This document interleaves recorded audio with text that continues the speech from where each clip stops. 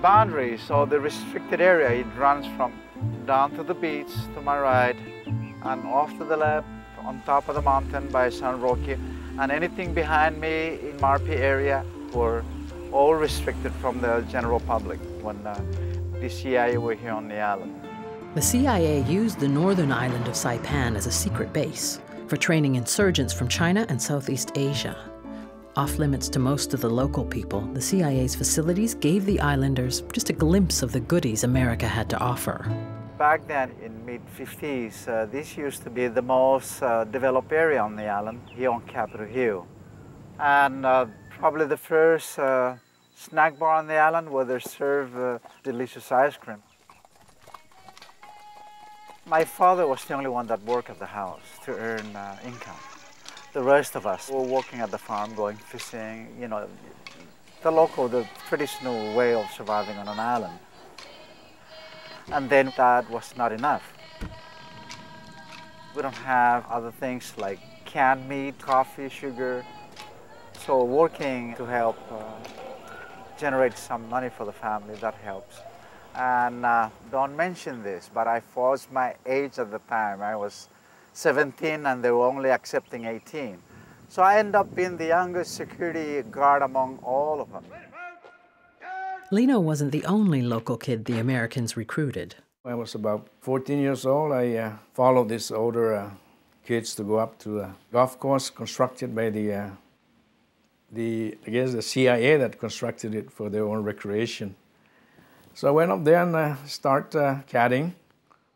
Pete made 35 cents a day, hauling golf clubs for CIA operatives.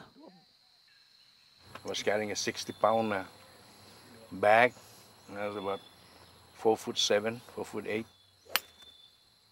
The old clubhouse used to be just a little shack. But the good thing about this clubhouse is they serve cheeseburger and Coke. And every single golf caddy, that's what they look forward to.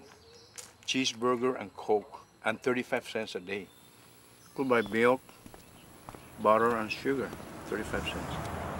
Lino's job also paid for American goods.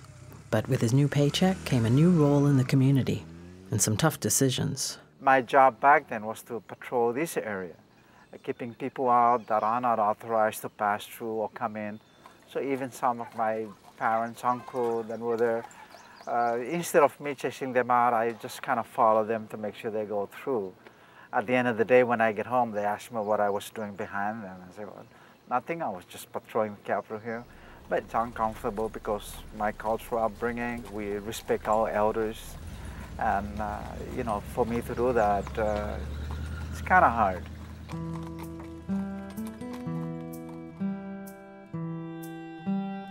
I went off island to go and get my high school education because there was no high school in Saipan.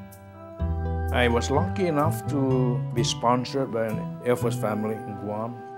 With the help of his sponsoring Air Force family, Pete went on to the University of Hawaii, where he signed up for the Army's Regional Officers Training Corps, or ROTC.